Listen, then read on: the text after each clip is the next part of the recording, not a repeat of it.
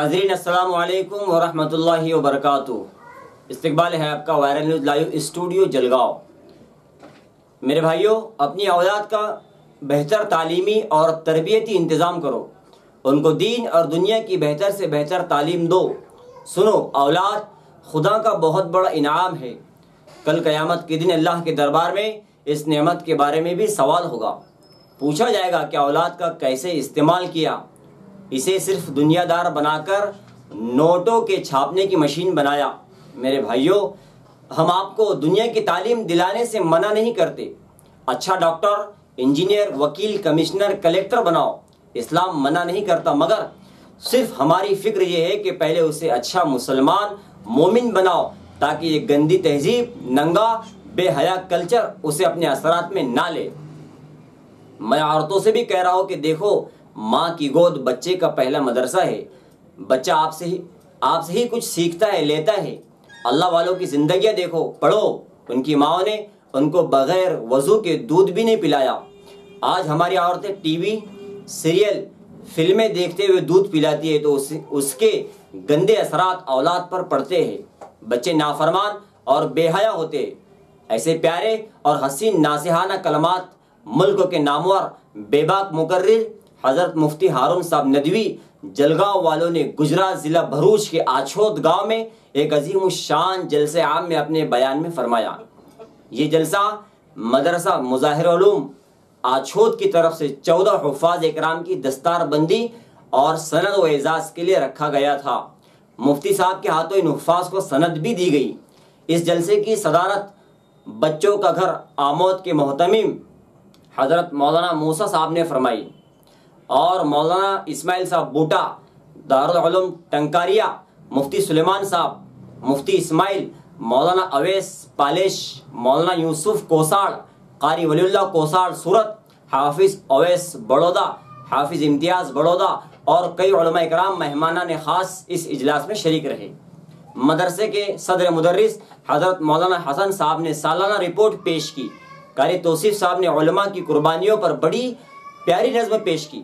مفتی ہارون صاحب نے ان 14 بچوں پر محنت کرنے والے اساتذہ مولانا اسماعیل صاحب، مولانا ادریس صاحب، مولانا توصیف صاحب اور مدرسے کے اساتذہ مولانا ابراہیم، مفتی اسماعیل، ان حضرات کو بھی خوب سراہا اور دعائیں دی، اور ملک کے موجودہ حالات پر اپنے انداز میں بولتے ہوئے پی ایم مودی اور حکومت کو خوب لتاڑا اور کہا کہ جنتا کو، پورے ملک کو برباد مت کرو، خالی مت کرو، تباہ مت کرو، بہت ہو گیا۔ اور مسلمانوں کو حوصلہ ہمت دیتے ہوئے کہا کہ مایوسی کفر ہے، ڈرو مت، شریعت کو کوئی ختم نہیں کر سکتا، صرف ہم شریعت پر عمل کرنے والے بن جائے تو شریعت خود بخود محفوظ ہو جائے گی۔ بڑے پیارے انداز میں عورتوں کو سمجھایا اور کہا کہ اللہ کا قانون، شریعت ہی ہماری حفاظت ہے۔ یہ ایک بیوی کو صحیح رکھوالی اور حفاظت نہیں کر سکے، چھوڑ کر بھاگ گئے، یہ کیا مسلمان عورتوں کی حفاظت کی بات کر رہے ہیں؟ پی ایم صاحب، اپنی بیوی کو حق دے دو، ہم سمجھے گے وکاس ہو گیا۔ رات کے 1 بجے تک مجمع سنتا رہا، ہلنے کو تیار نہیں۔ اخیر میں مفتی صاحب ہی کی دعا پر اس عظیم الشان اجلاس کا اختتام ہوا۔ اسی گاؤں کے رہنے والے حفاظ مولانا حافظ مولانا رفیق صاحب، جو نوساری ابرما گاؤں میں امام بھی ہے، لوگوں نے ان کا بھی اس بات پر شکریہ ادا کیا کہ انہوں نے مفتی ہارون صاحب کو لانے میں گاؤں تک بڑی محنت کی۔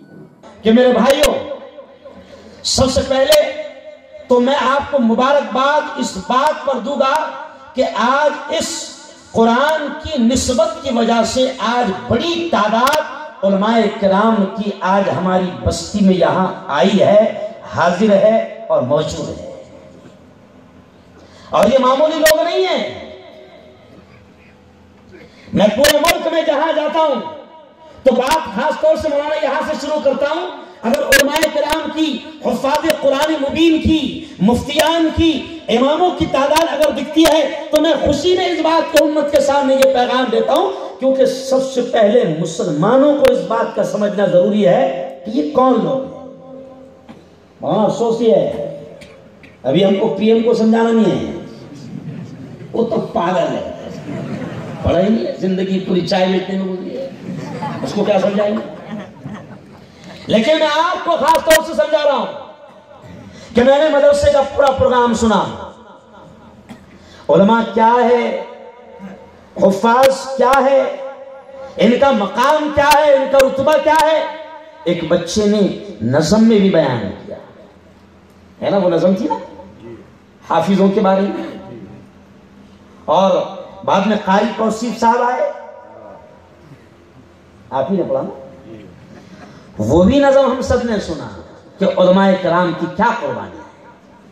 لیکن میں سب سے پہلے یہ بتاؤں گا کہ مسلمانوں اس پیغام کو سمجھ لو کہ دنیا میں سب سے قیمتی جماعت، دنیا میں سب سے قیمتی گروپ، دنیا میں سب سے قیمتی ٹولی، دنیا میں سب سے اعلیٰ اور اونچے مقام والے، اونچے رتبے، اونچے عہدے، اونچے منصب والے اگر کوئی ہے تو یہ میں نہیں کہہ رہا ہوں، ہمارے سب کے آقا تاجدار مدینہ حضرت محمد مصطفیٰ، زور سے کہہ دو صلی اللہ علیہ وسلم نے فرمایا، کیا فرمایا؟ سن لو، ہمارے آقا نے فرمایا، کیا کہا؟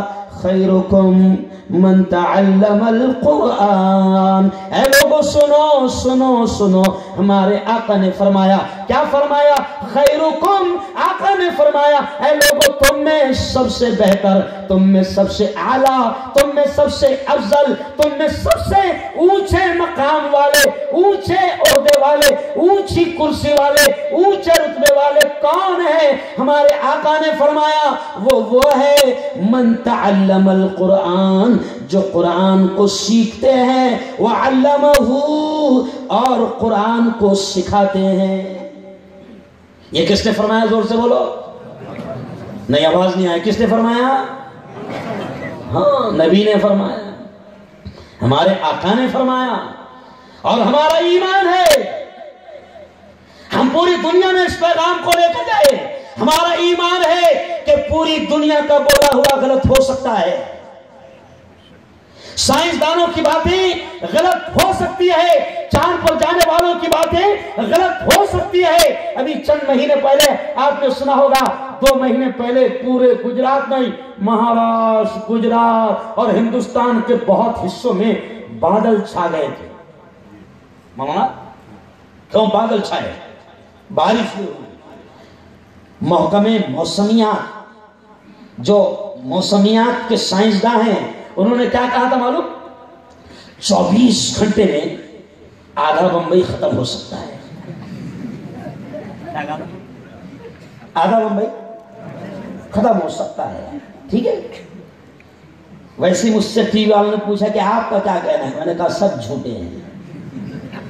میں نے کیا کہا؟ سب جھوٹے ہیں۔ اچھا، دوسرے دن پیپر میں خبر پھر ان کی طرف سے آئی، انہوں نے کہہ دیا کہ طوفان بمبئی سے پیچھے مڑ گیا۔ تو یہ کیوں کہا میں نے مثال؟ سائنسدانوں کی باتیں غلط، پورا مجمع غلط ہو سکتی ہے، چاند پر جانے والوں کی باتیں غلط، ارے بولو، ہو سکتی ہے، گجرات کے سی ایم کی باتیں غلط ہو سکتی ہے، اور پی ایم کی کبھی صحیح، ارے بولو، ارے زور سے بولو یار، کرتے ہیں کیوں؟ کیا مولانا پھینکو؟ مولانا کہہ رہے ہیں سزا، قسم خدا کی ماں بھی شرماتی ہوں گی اس کو جن کر، نہیں سمجھا؟ سمجھی نہیں میرے بات کو؟ یاد رکھیں کہ ہمارے آقا نے فرمایا، دنیا کے سامنے آپ کو بھی خاص طور سے یہ پیغام دوں گا کہ کان کھول کر سن لے، دنیا میں اس